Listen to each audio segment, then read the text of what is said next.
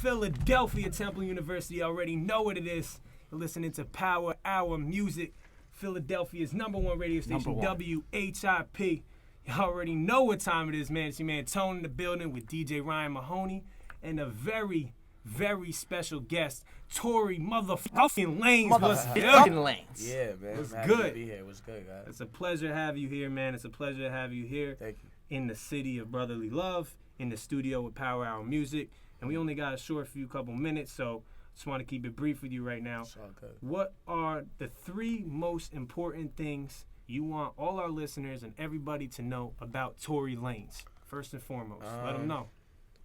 I'm black.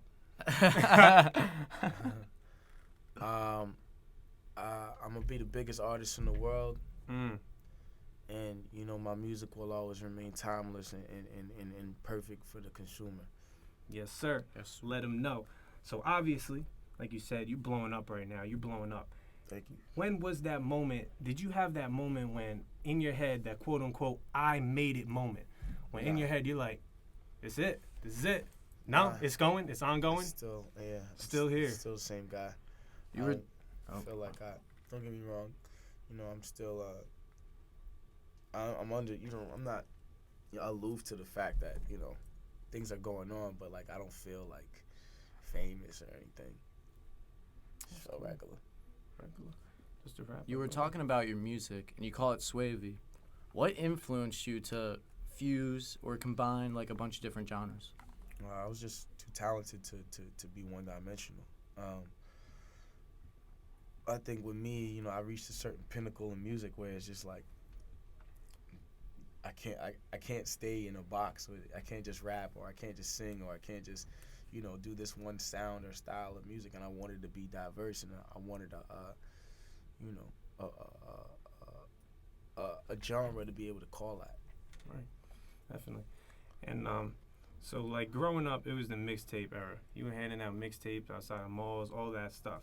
Yeah. And now it's kind of in a transition period where things are going more online. So whether it's Dat Piff, Hot New Hip Hop, Spotify, all those things, all those streaming sites, how do you feel that it's better going that direction, or would you rather just go back to the mixtape days where everybody was out hustling, selling mixtapes?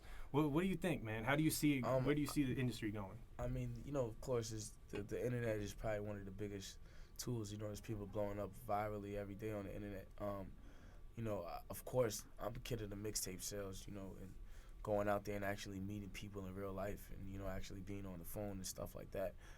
I guess I'm a little old school. But me personally, I feel like, the internet is the wave right now. Right. There's new kids, everyone's out on the internet. I kind of blew up off of the internet, because when TV and radio wasn't there, the internet is what held me down, So, yeah. Exactly. That's how we heard of them. Right. Yeah. It's a positive way. It gets the word out, gets the message out, and music is in abundance. And fast. Yeah, right there. So You just upload it right there. I just got this is a quick question. So, off the Chicks Tape 2, who is Jalissa? Jalissa is she's inspired off of a girl that I used to know from back in the day. All right. Back in the day. It's not no names, nothing. Got you. Jalissa, That's funny, man. That's funny. And obviously, growing up in Canada, correct me if I'm wrong, growing up in Canada, is the music culture different there than it is in the States? Yeah, of course. Toronto. Well, I'm from Toronto. Right. So Toronto's like the 4th biggest multicultural city in the world.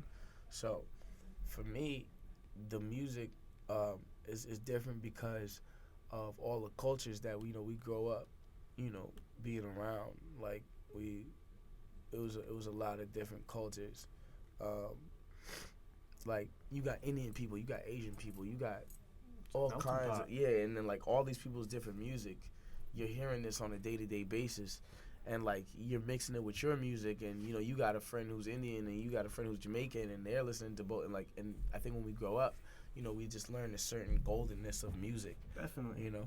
It's a mixing pot. I mean, how have you seen the states differ? I know you went down to Florida, living in Miami for a little bit. Yeah. What was that like compared to being in Toronto?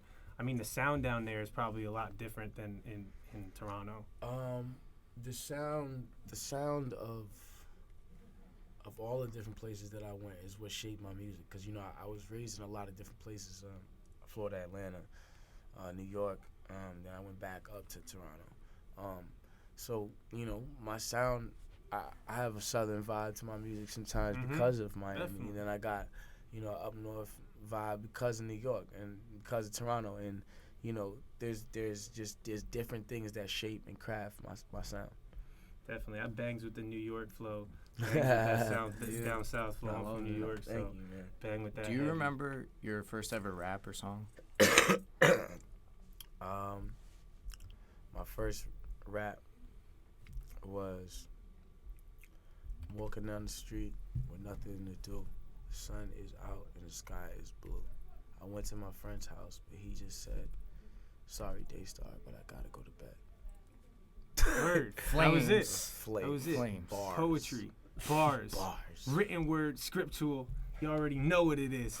So I'm saying right now, right, as up and coming artists, do you have any type of inspiration to tell them, to let them know that, you know, you keep working, you keep grinding, you can make it. You know, you're a living story right here. It's consistency. You know, I'm gonna be the biggest artist in the world, and there's nothing that stops me from believing in that. And I believe in that share because of the, you know, or just because of the shared work that I'm about to put in for myself. And I feel like, yo, if you set your goals and standards high for yourself, you know, all the other things that you may have think were, you know, huge achievements come with ease. You know, so set your standards high, set your goals high, and go at them relentlessly. You know, don't stop. Don't let anybody discourage you because people only don't believe in what they don't believe in, and they only don't believe in it because they can't understand it. Preach. So, Let them know, man. Going off of that, so yeah, do you remember the first time you actually got paid for making music? yeah. First time I ever got paid. Damn, actually, nah. I'm trying to think about it, like paid for. Wow. I probably was 17 or 18 or something, and somebody paid me like a hook or something. I don't know. There you go, though. There you Trying go. to It's think just about it, stuff like damn, like when, you know. once you see It's the crazy. Benjis come in, then you realize this is it. You know. Yeah. You know, the other day you were on Hot 97. Now Yeah, you're man. here, WHIP. So Moving way you know, up. moving way up, Yeah. moving up like the Yeah. Jeffersons. You know, feel me? But like, so I was watching your music videos, right? Yeah. And they're lit. First of all, I Thank respect you direct them. Yeah. Correct. And you I be direct them, editing. edit it, you produce your music, all that stuff, which is it's a rare breed today. A lot of people shy away from the music videos. I love that shit. Yeah. I love seeing that. And especially your videos, man. You got some Bad bad women in bitches. there. Let me tell you. So my question for you is, what is a crazy ass night with Tory Lanez like? Because if it's anything like the music videos, Can you invite us? I'm like, woo, like that is. Honestly, man, my music videos are like, you know, they're like a reflection of our life. You know, like I try to do as much shit as like we would normally do in the videos. Sometimes, you know, of course, you know, it's still a music video, so sometimes music videos are a little bit further on into the imagination. But when you see those lifestyle videos and we're smoking and it's just a bunch of girls and stuff around, that's really what we're doing. It really looks like that. It just how it's captured.